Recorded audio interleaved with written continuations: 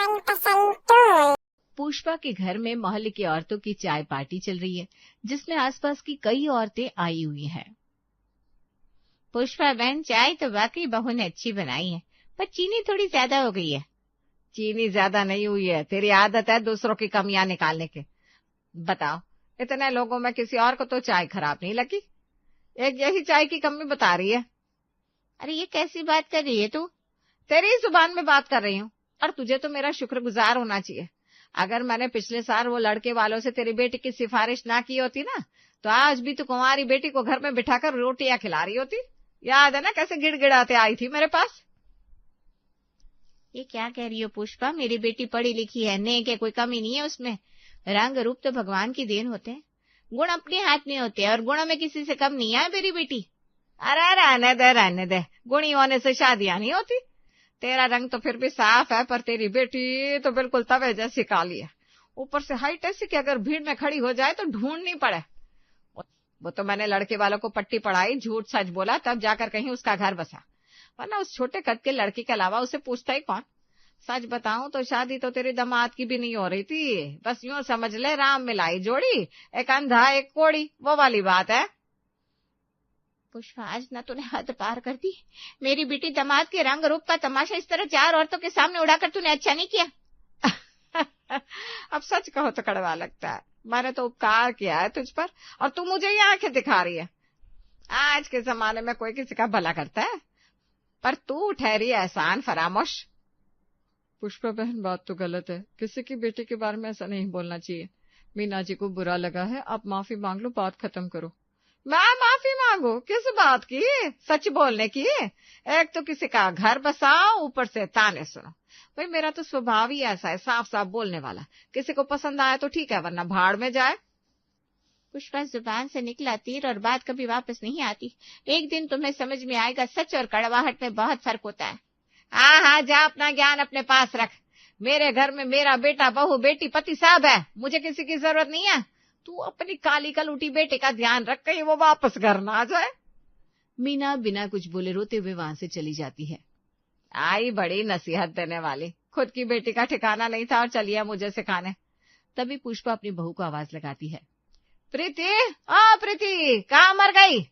घर का हाल तो देखो, कोई कहेगा ये बहू वाला घर है। सो रही होगी निकम्मी अपने कमरे में। मम्मी जी, मैं सो नहीं रही थी, बस शाम के खाने की तैयारी कर रही थी। चाय के बर्तन भी धोने थे, इसलिए रसोई में थी। अरे खाने की तैयारी कर रही थी या बस टाइम पास कर रही थी? तेरे मायके वालों ने क्या सिर्फ खाना बनाना ही सिखाया है, या थोड़ा सलीका भी दिया है? देख कि फर्श कितना गंदा पड़ा है, पर तुझे दिखाई नहीं दे रहा। मम्मी जी, मैंने सुबह ही पोछा लगाया था, बच्चे खेल रहे थे तो शायद गंदा हो गया होगा, मैं भी साफ कर देती हूँ। अरे रहने दे, तेरे बस का कुछ नहीं है। अपनी माँ की तरह ही तो है तू, वो भी जब आती है बस सोफे पर धंस कर बैठ जाती है। संस्कार तो तेरे खून में नहीं है। अगर अमित मेरी पसंद की लड़की से शादी करता तो आज मुझे ये दिन देखने ना पड़ते। तभी अमित ऑफिस से आता है। माँ फिर से शुरू हो गई अब। ले आ गया अपनी लुगाई का चमचा। तुझे तो अपनी माँ की मेहनत दिखती ही नहीं, दिन भर हड्डियां गलाती हूँ इस घर में, और बदले में क्या मिलता है? तेरी पत्नी के मुंह फुलाए हुए तेवर और तेरा ये गुस्सा। माँ बात बात पर ताने देना आपकी आदत बन गई है, किसी की इज्जत करना तो सीखे। अरे मैंने क्या गलत कह दिया? जो सच है वही बोलूंगी। और तुझे बहुत दर्द हो रहा है ना अपनी बीवी के लिए, तो ले जाए इसे अपने साथ दूसरे घर। इस घर में तो मेरी ही चलेगी, आखिर ये घर मैंने अपनी मेहनत से बनाया है। तभी सुरेश दूसरे कमरे से आवाज देते हुए कहता है, अरे ओ पुष्पा, शांत हो जा, बेटा थका हारा आया है, उसे पानी तो पूछ ले। आप तो चुप रहिए जी, आपने तो पूरी जिंदगी बस तमाशा देखा है, तभी तो ये बेटा आज मेरे सर पर चढ़कर बोल रहा है। अगर आपने शुरू में से लगाम दी होती तो आज ये मुझ पर चिल्लाता नहीं। आप लोग ना सब मिलकर मुझे पागल साबित करते हो, बस यही बाकी रह गया है। प्रीति इतना सब सुनकर रोते हुए कमरे में चली जाती है। उसके पीछे पीछे अमित भी जाता है। प्रीति, तुमको पता है ना, तुम अपना दिल क्यों दुखाती हो? मम्मी की जुबान ही ऐसी, पर वो दिल की साफ है। तुम्हारी माँ की जो जुबान है वो इतना जहर उगलती है ना कि उनका साफ दिल किसी को दिखाई नहीं देता। प्रीति, सुबह के 10 बज रहे हैं, अभी तक नाश्ते का ठिकाना नहीं है। दिन भर फोन में घुसी रहती है, इसके मायके वालों से चुगलियां खत्म ही नहीं होती। तभी प्रीति हांफते हुए बाहर आती है। मम्मी जी, वो तबीयत थोड़ी ठीक नहीं थी, इसलिए काढ़ा पी रही थी, बस अभी ला रही हूँ नाश्ता। काढ़ा पी रही थी या बस बहाने बना रही थी? तेरे लक्षण तो मैं पहले दिन से ही जानती थी।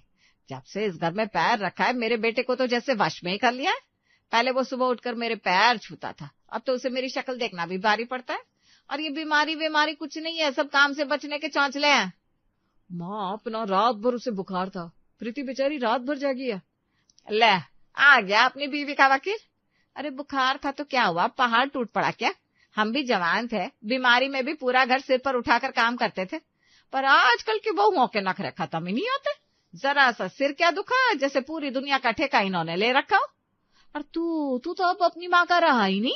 जब से ये आई है तू तो बस इसके पीछे पीछे दो मिलाता फिरता है। माँ, जुबान संभाल कर बात कीजिए। प्रीति इस घर की बहू है, कोई नौकरानी नहीं। और आप हर बात में उसके मायके को क्यों घसीटती हैं? क्यों ना घसीटूं, संस्कार तो वहीं से मिलते हैं ना। तेरी सास ने इसे सिखाया ही क्या है? बस सजना, सवरना और पति को माँ के खिलाफ भड़काना। अगर मेरे बस का होता ना तो मैं एक दिन भी इसे घर में रहने ना देती। फूटी किस्मत मेरी जो ऐसी बहू मिली, वरना मोहल्ले की लड़कियां तो मेरे पीछे हाथ धोकर पड़ी थी। पुष्पा, बस बेकर, अब हद होती है किसी को जलील करने की। बहू बीमार है, उसे शांति से बैठने दे, तो क्यों हर बात में जहर घोलती है? आप तो बीच में बोलिए ही मत। आपने पूरी जिंदगी क्या किया है? बस दफ्तर गए, घर आकर सोफे पर पसर गए। घर मैंने चलाया है, बच्चों को मैंने पाला है, और आज जब मैं कुछ बोलती हूँ तो सबको मिर्ची लगती है। आप चाहती है कि सब आपकी उंगलियों पर नाचे। प्रीति ने क्या नहीं किया आपके लिए?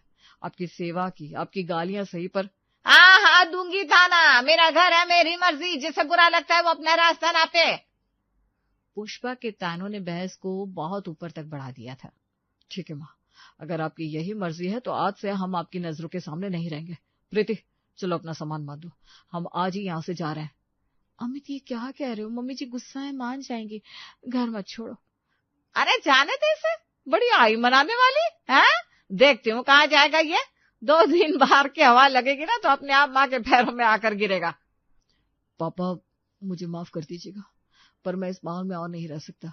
अरे जा, निकल जा, और याद रखना दोबारा इस चौखट पर कदम भी मत रखना। रीना है मेरी बेटी, वो हीरा है हीरा, वो मेरा ख्याल रखेगी। तुझे तो बस इस कुलक्षणी के साथ अपनी बर्बादी मुबारक हो। अमित और प्रीति सामान लेकर बाहर निकल जाते हैं। सुरेश चुपचाप सोफे पर सिर पकड़कर बैठ जाते हैं और पुष्पा अब भी रसोई में बर्तन पटकते हुए बड़बड़ा रही है। बड़ी आई घर छोड़कर जाने वाले, सोचते हैं मैं डर जाऊंगी। अरे बेटा, बहू तो बस आस्तीन के सांप होता है। सुरेश जी, आप भी क्या मुंह लटकाए बैठे हैं? चाय बनाऊं या आपको भी बेटे के वियोग में अनशन करना है? पुष्पा, ये जो तेरी जुबान है ना, ये एक दिन तुझे बहुत रुलाएगी। हाँ, देख लूंगी तब। अमित और प्रीति के जाने के बाद घर में सन्नाटा तो छाया, पर पुष्पा की जुबान शांत नहीं हुई। कुछ ही महीनों बाद उसकी बेटी रीना और दामाद संजय घर रहने आए, क्योंकि संजय के काम में कुछ घाटा हुआ था और उन्हें रहने के लिए सहारे की जरूरत थी। आ जाओ रीना, आखिर माँ का ही घर याद आया ना। मैंने तो पहले ही कहा था कि संजय की उस छोटी सी दुकान में कुछ नहीं होने वाला, पर तुम लोगों को तो अपनी ही चलानी थी। अब जब सर पर मुसीबत पड़ी तो आ गए इस बुढ़िया के पास। मम्मी, संजय पहले ही बहुत परेशान है, अभी तो घर के अंदर कदम रखा है, कम से कम आज तो ये सब मत शुरू कीजिए। पुष्पा संजय की तरफ तिरछी नजरों से देखती। क्या ना करो संजय, देख बुरा मत मानना बेटा, पर मेरे दामाद बनने के लायक जो ठाट चाहिए था ना, वो तुम कभी ला नहीं पाए। रीना मेरी राजकुमारी जैसी थी, पर तुम्हारी किस्मत ने इसे भी दर दर की ठोकरें खाने पर मजबूर कर दिया। वैसे भी जिसके पास अक्ल कम होती है उसके पास लक्ष्मी कहाँ टिकती है। मम्मी जी, समय खराब चल रहा है, बस कुछ दिनों की बात है, मैं सब ठीक कर लूंगा। अरे पुष्पा, बस कर, संजय हमारा दामाद है, बेटा है, शर्म कर थोड़ी, बच्चा पहले ही टूटा हुआ है। हाँ, अब तो हमेशा ही मुझे गलत ठहराएंगे। क्या गलत बोला मैंने? रीना, जा अपनी अटैची अंदर रख, और हाँ, ज्यादा सामान मत फैलाना, मुझे गंदगी पसंद नहीं है। करीब 10 दिन बीत जाते हैं। संजीव, तुम पूरा दिन घर में बैठे बैठे बस अखबार पढ़ते रहते हो या फिर कहीं काम ढूंढने भी जाते हो? ऐसे खाली बैठने से घर नहीं चलता। मेरी बेटी की किस्मत ही फूटी थी जो तुम जैसा नकारा मिला। मैंने अपनी एफडी तुड़वाकर 5 लाख निकाले, तुम अपना काम फिर से शुरू कर लो। मम्मी, बस बहुत हुआ, आप संजय को नकारा कैसे कह सकती हैं? आप रख लो अपने पैसे, अपने पास नहीं चाहिए। अपने बुरे वक्त में सुकून के 2 पल बिताने आपके पास आए थे। आप पैसा ना देती, लेकिन प्यार से सर पर हाथ रख देती ना, तो हमें हौसला मिल जाता। अरे अब तू भी मुझे सिखाएगी? मैंने तुझे पाल पोस कर बड़ा किया और आज तू इस आदमी के लिए अपनी माँ को चुप करा रही है।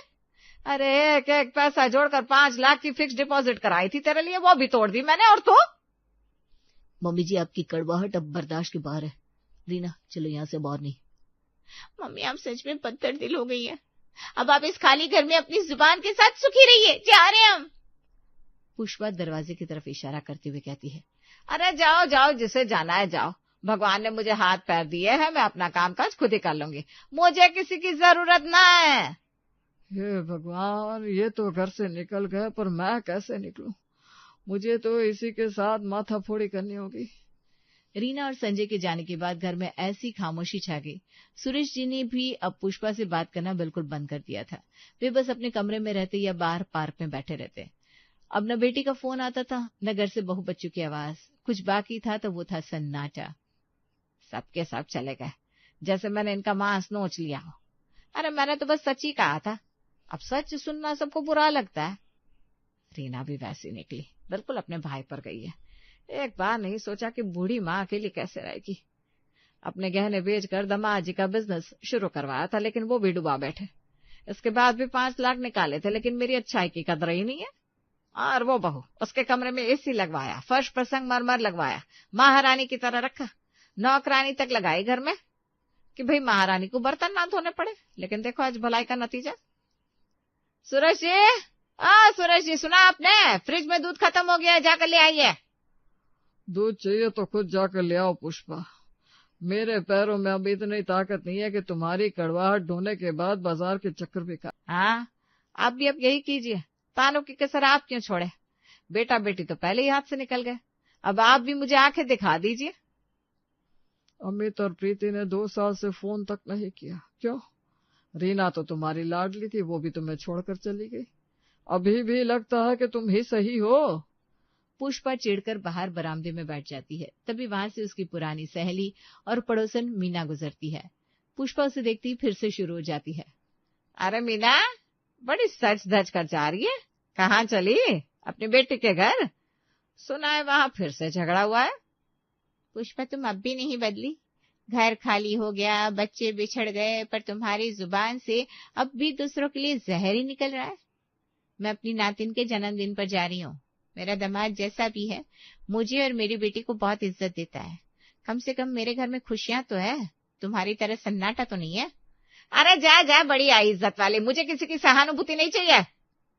पुष्पा तुम ना एक बदतमीज औरत बनती जा रही हो। ये जो तुम कहती हो ना, तुम साफ साफ बोलती हो, ये साफ बोलना नहीं है, ये दूसरों की आत्मा को छलनी करना है। जिस दिन तुम्हें ये समझ में आएगा उस दिन शायद बहुत देर हो चुकी होगी। अपनी खैर मनाओ पुष्पा। बुढ़ापे में अपनों का साथ ना हो तो इंसान जिंदा लाश बन जाता है। मीना चली जाती है। पुष्पा अकेले वहीं बैठी रहती है। शाम होने लगती है। घर के अंदर से सुरेश जी के खांसने की आवाज आती है।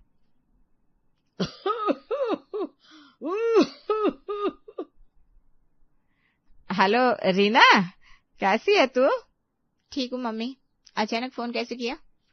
नहीं, वो मैं बस पूछ रही थी कैसी है। घर बहुत खाली खाली लगता है, तो एक बार आ जाती तो अच्छा रहता। मम्मी मैं नहीं आ सकती।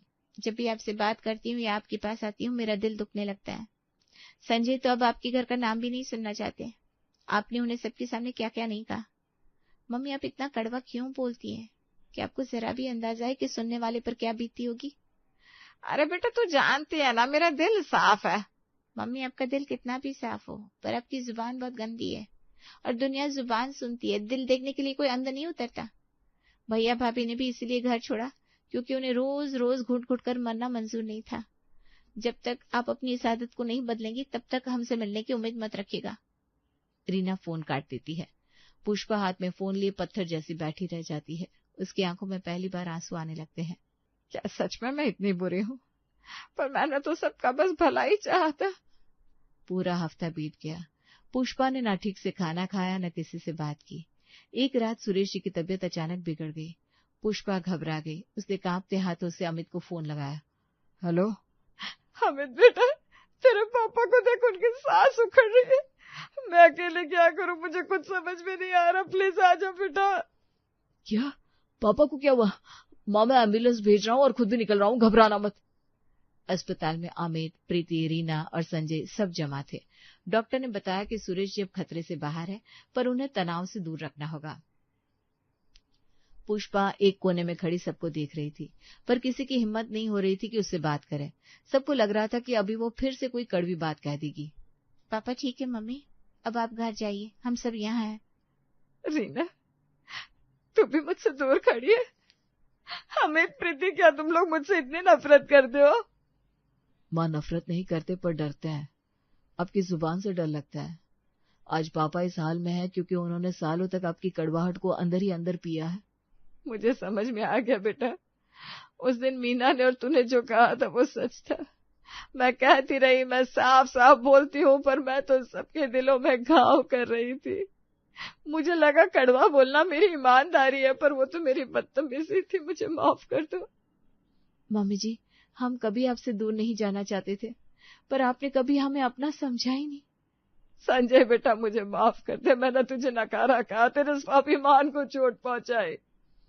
कोई बात नहीं मम्मी जी, आप बस अब खुद को संभालिए। रीना, तूने सही कहा था। दिल चाहे कितना भी साफ हो, अगर जुबान गंदी है तो सब बेकार है। मैंने अपने बच्चों को खो दिया, अपने पति को बीमार कर दिया। आज से मैं कसम खाती हूँ, मैं तभी बोलूंगी जब मेरे शब्द किसी को खुशी दे सके। बोलने से पहले सोचना तो दूर, अब मैं बोलने से पहले 100 बार सोचूंगी। मम्मी, अगर आप सच में बदल गई है तो हम सब फिर से साथ रह सकते हैं। प्रीति, क्या तुम वापस आओगी? अब वो घर सिर्फ मेरा नहीं, तुम सबका होगा। मैं अब तुम्हारी सास नहीं, सिर्फ तुम्हारी माँ बनकर रहूंगी। बस यही सुना बाकी था माँ। हम कल ही घर वापस आ रहे हैं। कुछ दिनों बाद पुष्पा अपने घर के बरामदे में बैठी थी। सुरेश जी आराम कुर्सी पर थे और प्रीति रसोई में चाय बना रही थी। तभी मीना वहां से गुजरी। अरे मीना बहन, आओ आओ, जरा चाय पीकर जा। प्रीति ने बहुत अच्छी अदरक वाली चाय बनाई है। और हाँ, तेरी नातिन कैसी है? उस दिन मैं कुछ ज्यादा ही बोल गई थी, मुझे माफ कर देना। तू तो मेरी सबसे पुरानी सहेली है। पुष्पा, ये तू क्या बोल रही है? तेरी जुबान में इतनी मिठास कैसे आ गई? बहन, जब घर खाली हो जाता है ना, तब इंसान को समझ में आता है कि मीठे शब्द ही घर की असली रौनक है। मैंने बहुत देर से सीखा, पर सीख लिया। चलो, देर आए दुरुस्त आए। पुष्पा मुस्कुरा दी। उसे समझ में आ गया था कि शब्दों का वजन सोने से भी ज्यादा होता है और एक गलत शब्द पूरी जिंदगी की कमाई को राख कर सकता है। अब उसने सच बोलने से पहले सोचना शुरू कर दिया था।